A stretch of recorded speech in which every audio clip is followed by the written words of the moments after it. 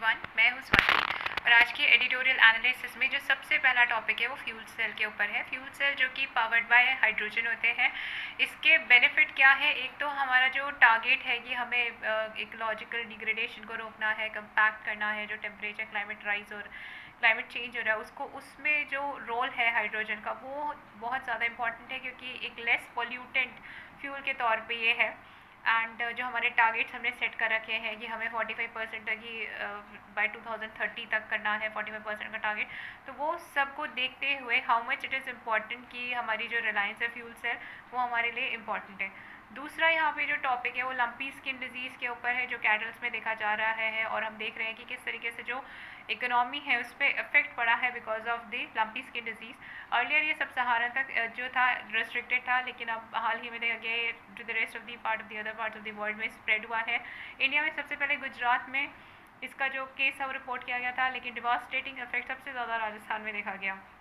इसके अलावा जो टॉपिक है यहाँ पे वो हमारा अर्थ गंगा है। नमामि गंगे से अर्थ गंगा तक का जो कंसेप्ट डेवलप किया उसको देखेंगे। अर्थ गंगा में ये है, अर्थ गंगे में, कि यहाँ पे हमें जो गंगा बेसिन है उसका योगदान हमारे जीडीपी में 3% ऑफ जीडीपी हमें गंगा बेसिन से कैसे प्राप्त हो सकता है, उसके ऊपर ये जो कंसेप्ट है, ये जो हमारे प्राइम मिनिस्टर है वो लेके आए। उन्होंने सबसे पहले 2019 में इस टर्म को जिक्र किया था, तो ये सारे कॉन्सेप्ट आज हम देखने वाले हैं। जो आज का टॉपिक है सबसे पहला वो है lumpy skin disease. Lumpy skin disease हम सुन रहे हैं, तो 12 स्टेट और यूनियन टेरिटरी अब तक जो है इसका जो आउटब्रेक हुआ है उससे बैटल करने में लगे हुए हैं। 12 स्टेट और यूटीज़ इसकी ग्रुप में आ चुके हैं लंपी स्किन डिजीज़ की, जो कि एक सीरियस वायरल इन्फेक्शन है जो कि कैटल को अफेक्ट कर रहा है। पहला केस जो इस लंपी स्किन डिजीज़ का रिपोर्ट किया गया इंडिया में वो गुजरात में किया गया था और अब तक over 1 million heads of the cattle इससे इन्फेक्ट हुए एंड 46,943 अब तक डाइड मर चुके हैं कैटल इस डिजीज़ के वजह से। ये रिपोर्ट्स जो आई हैं ये आई हैं according to the Department of Animal Husbandry and Dairying के द्वारा ये रिपोर्ट जारी की गई। This lumpy virus, lumpy skin disease जो है कॉज जो हो रही है, क्या कॉजिंग फैक्टर इसका वायरस की वजह से हो रही है। जो वायरस है वो है capripox virus genus in the Poxviridae family. So this virus is virus of the Capripox virus genus in the Poxviridae family. Sheep pox virus and goat pox virus जो है वो other member of the same genus, capripox virus के genus के other वो हैं, other members हैं, sheep pox virus and the goat pox virus. This lumpy skin disease virus mainly infect कर रहा है cow progeny Asian water buffalo को।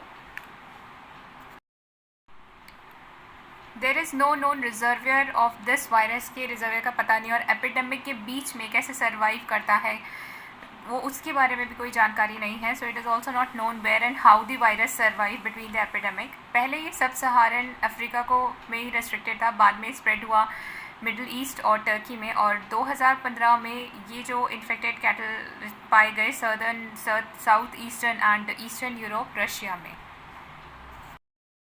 Lumpy skin disease जो है ये एंटर हुआ इंडिया, बांग्लादेश, चाइना में 2019 में, और तब से अब तक हम देखें तो इंडिया के अंदर मोर देन 20 स्टेट्स इस डिज़ीज़ की पुष्टि कर चुके हैं।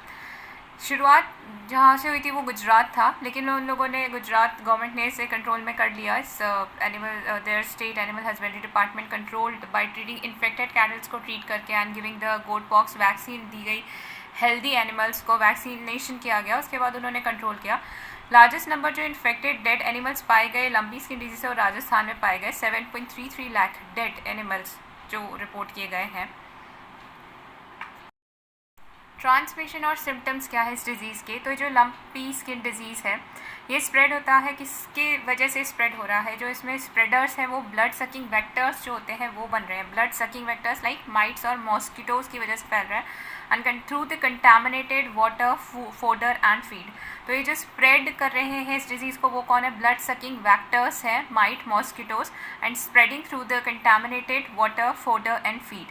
क्योंकि मानसून सीज़न में मॉस्किटोज़ बढ़ जाते हैं, इस वजह से गवर्नमेंट ऑफिशियल्स जो हैं और वेटरनरी साइंटिस्ट का मानना है कि इस वजह से जो आउटब्रेक, जो high number of cases report किए जा रहे हैं वो सीज़न की वजह से भी है, बिकॉज मॉस्किटोज़ सीज़न में ज़्यादा हो जाते हैं। तो साइंटिस्ट ये एडवाइस करें कि जो भी इन्फेक्टेड एनिमल्स हैं उनको अलग रखा जाए और but because of this large number of stray cattle makers, making this task difficult and making this disease to spread rapidly. अब इसमें क्या क्या जो सिम्टम्स है देखने को मिल रहे हैं, तो यहाँ पे ये अटैक करता है सर्कुलेटरी सिस्टम पे एनिमल्स के, और फिर इन्फ्लेशन देखने को मिलती है, ब्लड वेसल्स में इन्फ्लेशन होती है और लीशंस आ जाते हैं ऑर्गन्स में, like liver, lungs, spleen, lymph node.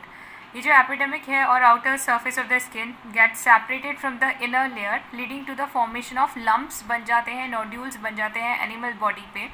Fever का आना और इंक्रीज म्यूकस सिक्रेशन बढ़ता है, फीवर आता है, भूख नहीं लगती, और अमंग दी अदर सिम्टम्स हैं इस डिज़ीज़ के.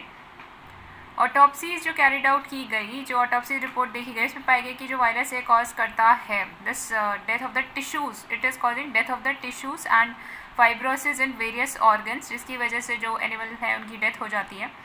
एंड द नोड्यूल्स में burst due to outer pressure और friction as a skin covering them is very thin. When this nodule burst, यहाँ पे हम देख रहे हैं नोड्यूल्स हो रहे हैं, लेशंस हो रहे हैं, and when this nodule burst हो रहे हैं तो उसकी वजह से ओपन जो घाव है एनिमल्स के बॉडी पे वो बन जाते हैं, जिसकी वजह से वो और ससेप्टेबल हो जाते हैं to secondary bacterial and protozoa infection को लेकर वो ज़्यादा ससेप्टेबल हो जाते हैं. अब यहाँ पे अगर हम देखें तो हम यहाँ पे जो इंडिजीनियस ब्रीड गुजरात में अगर हम बात करें तो वहाँ जो इंडिजीनियस ब्रीड है वो कांकरेज, गीर और साहिवाल है. ये वहाँ पे क्या है, इंडिजीनियस ब्रीड है, कांकरेज, गीर, साहिवाल. और एग्जॉटिक ब्रीड्स जो है वो जर्सी और एचएफ काउस है. ये सारी काउस की जो है ब्रीड्स है, कुछ इंडिजीनियस है. इंडिजीनियस जो है वो कांकरेज, गीर, साहिवाल है, और exotic Jersey and HF cows. तो कांकरेज वैसे तो जो है जानी जाती है डिजीज़ रेजिस्टेंट है वो, और पैरासाइट्स को लेकर रेजिस्टेंट रहती है, अफेक्ट नहीं करते हैं उसको. लेकिन इस लंपी स्किन डिजीज़ के केस में वो जो कांकरेज है वो सबसे ज़्यादा हिट हुई है, एंड जो इन्फेक्शन है वो स्प्रेड हो रहा है अमंग द गीर, जो कि एक इम्पॉर्टेंट ब्रीड है. अब इन सबका इकोनॉमी पे जो इफेक्ट है वो देखें तो येस ऑफकोर्स जो कैटल की जो हमारी इकोनॉमी है, तो in case of aggravated symptoms cow क्योंकि इफेक्ट हो रहे हैं काउस पे, तो cow stop producing milk and the pregnant cow suffering the miscarriages. एक तो प्रोड्यूस नहीं कर पा रही है मिल्क जो काउ है, और जो प्रेग्नेंट काउज हैं उनको मिसकैरेजेस हो रहे हैं इस वजह से, because of this disease. The production of cow milk जो है वो 5% तक गिरा है इन अगस्त में इन द कच्छ, जो कि वर्स्ट अफेक्टेड डिस्ट्रिक्ट है. Next topic is about earth Ganga.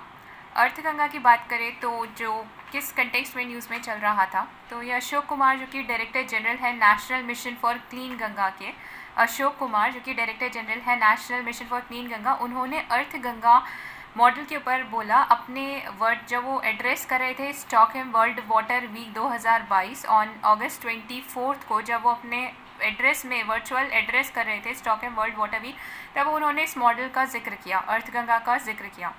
ये क्या है आप देख लेते हैं. तो इसमें ये है कि जो अर्थ गंगा का कंसेप्ट रखा गया, इसमें 3% जीडीपी में इजाफा गंगा बेसिन के को कनेक्ट करके, गंगा बेसिन से जुड़ के किस तरीके से अपनी 3% जो जीडीपी है उसमें कंट्रीब्यूट किया जा सकता है, ये हम देखेंगे. And its intervention are by India's commitment to UN sustainable development goals जो है उसके पर्सपेक्टिव में देखेंगे.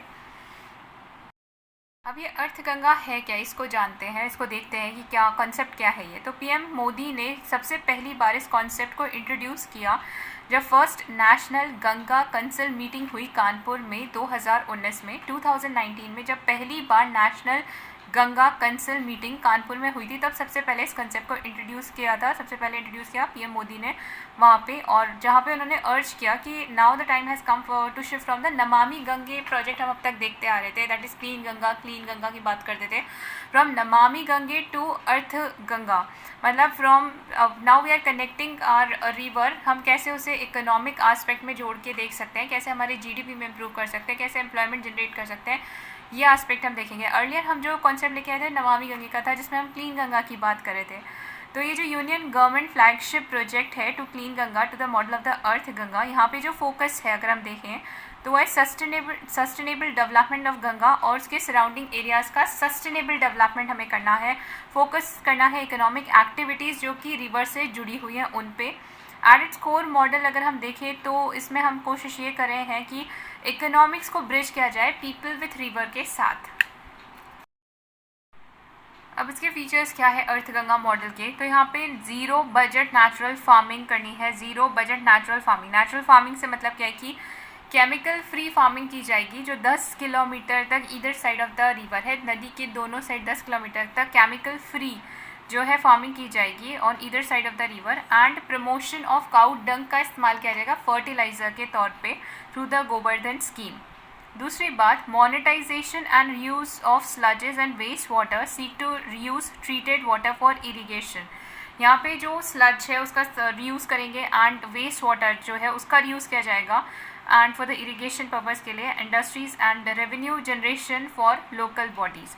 तीसरी बात, it will also involve livelihood generation opportunity by creating haats where people can sell local products, medicinal plants and Ayurved। यहाँ पे livelihood generation opportunities कैसे देगा ये लोगों को, यहाँ पे हार्ट्स जो होते हैं, हार्ट मार्केट लगते हैं, हार्ट्स जो है वो ऑर्गेनाइज किए जाएंगे जहाँ पे लोग सेल कर सकते हैं अपने लोकल प्रोडक्ट को, मेडिसिनल प्लांट्स और आयुर्वेद को। फोर्थ फीचर ये है, यहाँ पे इंक्रीज़ किया जाएगा public participation by increasing synergies between stakeholders involve with the river. तो दोज पीपल जो स्टेक होल्डर्स है, तो यहाँ पे पब्लिक पार्टिसिपेशन जो है वो बढ़ाया जाएगा। फिफ्थ जो है यहाँ पे, this model also wants to promote cultural heritage और टूरिज़्म, जो गंगा का कल्चरल हेरिटेज है और टूरिज़्म है उसको बढ़ाया जाएगा, उसकी सराउंडिंग्स में बढ़ाया जाएगा। बोट टूरिज़्म लाएंगे, adventure sports, conducting yoga activities. Sixth feature ये है यहाँ पे, The model seeks to promote institutional building by empowering local administration for improved water governance। तो यहाँ पे इंस्टीट्यूशनल बिल्डिंग बढ़ानी होगी, बाय एम्पावरिंग लोकल एडमिनिस्ट्रेशन को एम्पावर किया जाएगा, institutional building with respect to local administration for improving water governance, जिससे सुधारी जा सके। लोकल एडमिनिस्ट्रेशन की हिस्सेदारी बढ़ाई जाएगी वाटर गवर्नेंस के लिए। वर्ल्ड वाटर वीक की अगर हम बात करें तो वर्ल्ड वाटर वीक ऑब्जर्व किया गया लास्ट वीक ऑफ अगस्त, हर साल मनाया जाता है, अगस्त के लास्ट वीक में मनाया जाता है।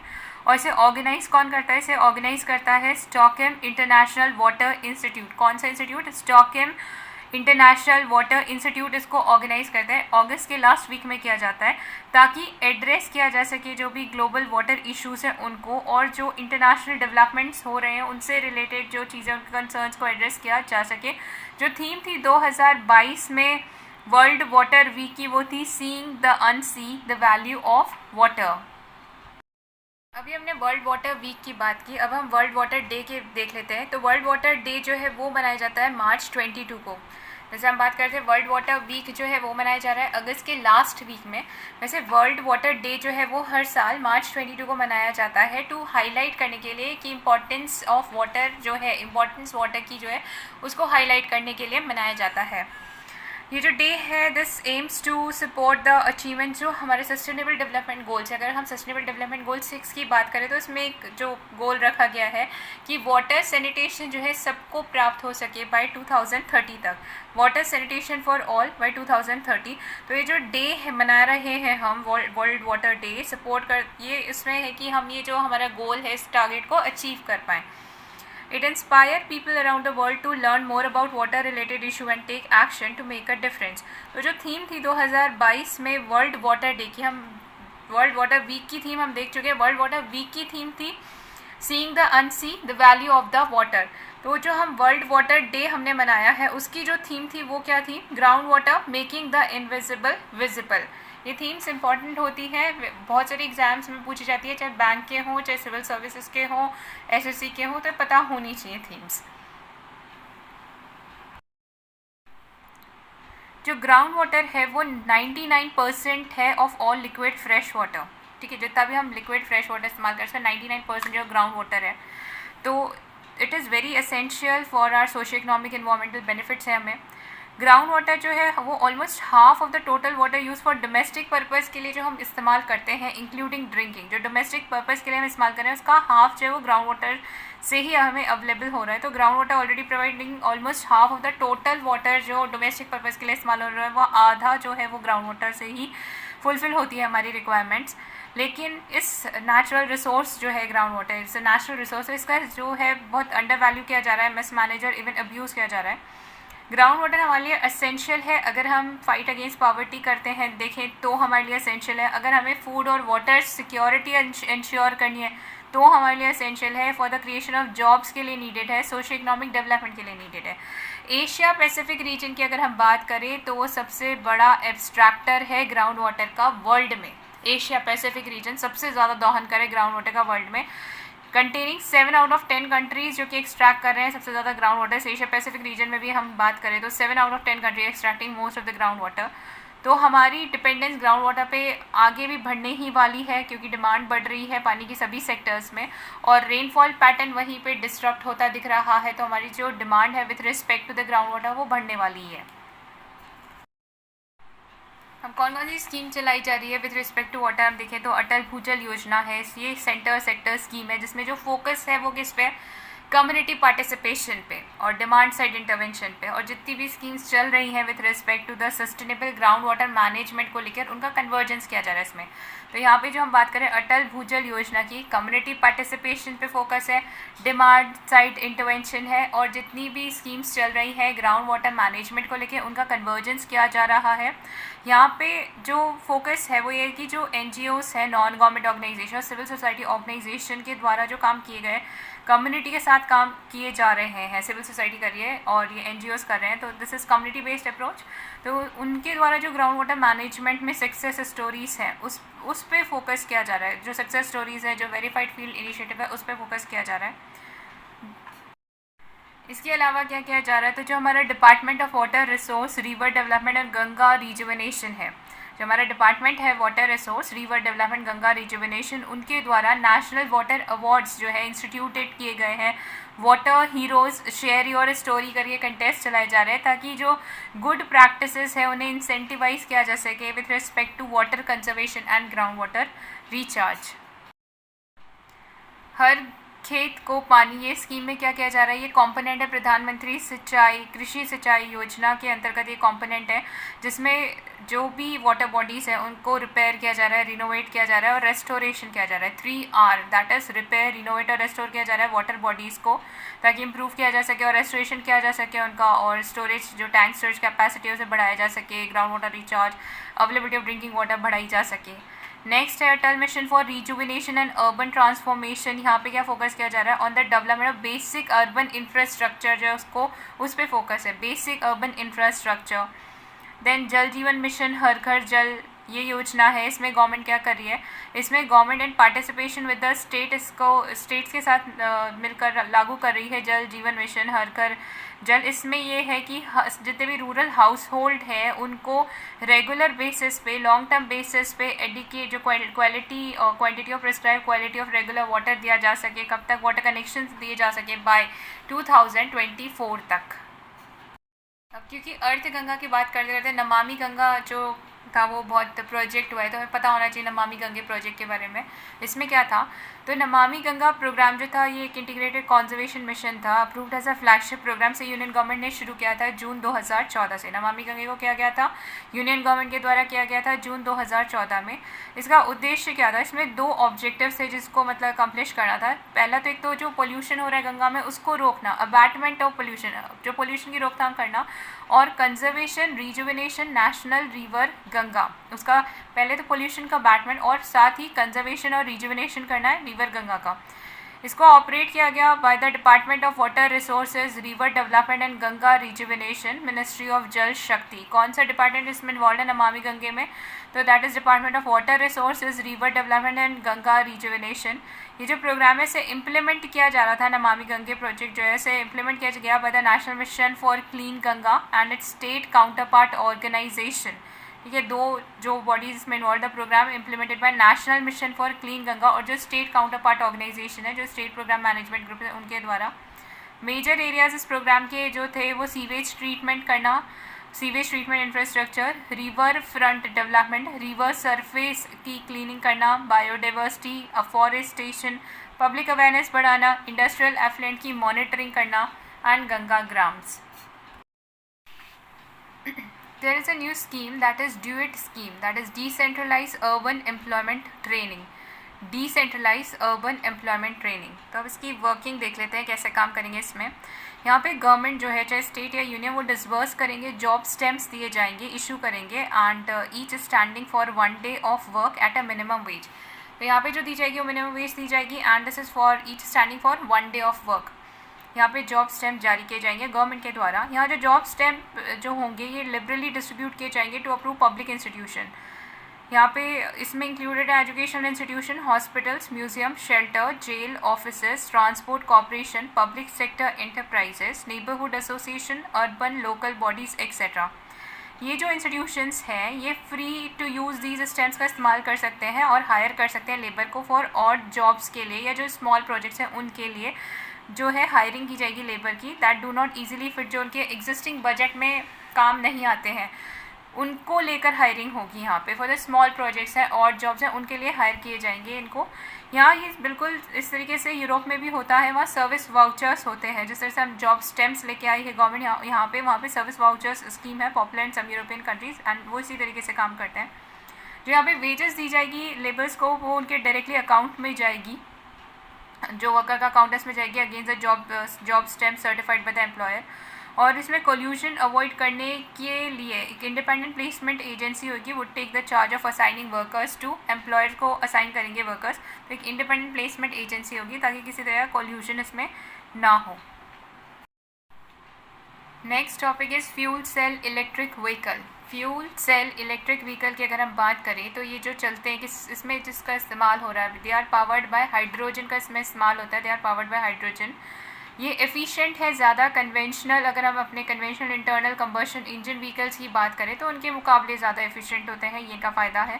और साथ ही जो एमिशन इनसे निकलता है वो कोई पोल्यूटेंट इनसे रिलीज़ नहीं होता है, सिर्फ वाटर वेपर और वार्म एयर ही जो है वो रिलीज़ होता है, तो ये इस तरीके से इन्वायरमेंट फ्रेंडली भी है। अब बात करें तो ये जो हाइड्रोजन यहाँ पे FC, ये जो फ्यूल सेल इलेक्ट्रिक व्हीकल है and the hydrogen infrastructure to fuel them are, अभी जो है these are in the early stages of implementation.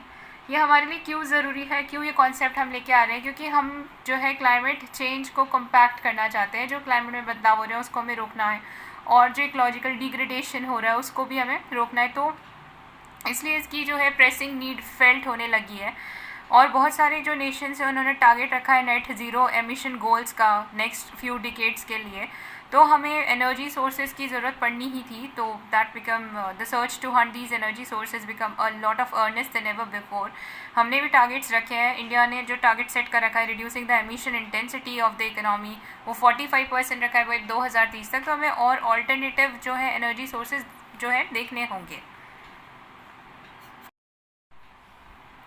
अब इनका बेनिफिट क्या है, इन सेल जो ये इलेक्ट्रिक व्हीकल्स हैं, तो इनका बेनिफिट ये देखते हैं कि सबसे पहले तो ये कि ये क्लीनेस्ट मोड ऑफ ट्रांसपोर्टेशन है, यहाँ से कोई हार्मफुल एमिशंस नहीं निकलते हैं। जो सोल यहाँ पे एमिट होता है वो वाटर वेपर और हीट एयर होती है। सेकंड जो है वो ये कि यहाँ पे एनर्जी सिक्योरिटी अचीव करने के लिए एसेंशियल है, और डीकार्बनाइजेशन गोल जो हम टारगेट लेके चलते हैं डीकार्बनाइजेशन का, उसके लिए। थर्ड जो इसमें हम देखें तो यहाँ पे हायर एनर्जी डेंसिटी होती है, मतलब more energy per unit mass जो है वो रिलीज़ होती है, तो हायर एनर्जी डेंसिटी है, और शॉर्टर फ्यूलिंग ड्यूरेशन इनको चाहिए होते हैं। Then transition to gas cell heavy duty vehicles will have a major impact on reducing the greenhouse gas emission within the close to the future. Gas fuel cell are key in achieving higher VARI application due to the quicker refueling and better density. Now about hydrogen, तो बात करें तो type of hydrogen देखते हैं, तो green hydrogen, blue hydrogen और this grey hydrogen होता है। ग्रे हाइड्रोजन जो होता है ये इंडिया का बल्क प्रोडक्शन इससे ही है, और यहाँ ये एक्सट्रैक्ट कर रहे हैं अपन हाइड्रोकार्बन्स जो इस्तेमाल किए जा रहे हैं, फॉसिल फ्यूल का इस्तेमाल हो रहा है, नेचुरल गैस का हो रहा है। यहाँ पे जो बाई प्रोडक्ट है वो CO2 होता है। तो ग्रे हाइड्रोजन जो है यहाँ पे एक्सट्रैक्ट किया जा रहा है हाइड्रोकार्बन फॉसिल फ्यूल से प्राइमरली, और यहाँ पे जो बाई प्रोडक्ट है वो CO2 है। ब्लू हाइड्रोजन की बात करें तो ये सोर्स किया जाता है फॉसिल फ्यूल से, हाउएवर यहाँ पे जो एमिशन निकलता है, जो बाई प्रोडक्ट निकला CO2 निकला, उसको कैप्चर करके स्टोर किया जाता है, तो ये ग्रे हाइड्रोजन से तो बेटर होता है। और लास्टली ग्रीन हाइड्रोजन जो होता है ये रिन्यूएबल्स एनर्जी सोर्सेज से प्राप्त किया जाता है, such as solar and wind से। Electricity splits water into the hydrogen and oxygen, और यहाँ पे जो बाई प्रोडक्ट के रूप में देखते हैं तो वो वाटर वेपर है, तो वो नॉन हार्मफुल होता है, एंड दस ये जो है बेस्ट और क्लीनेस्ट टाइप है।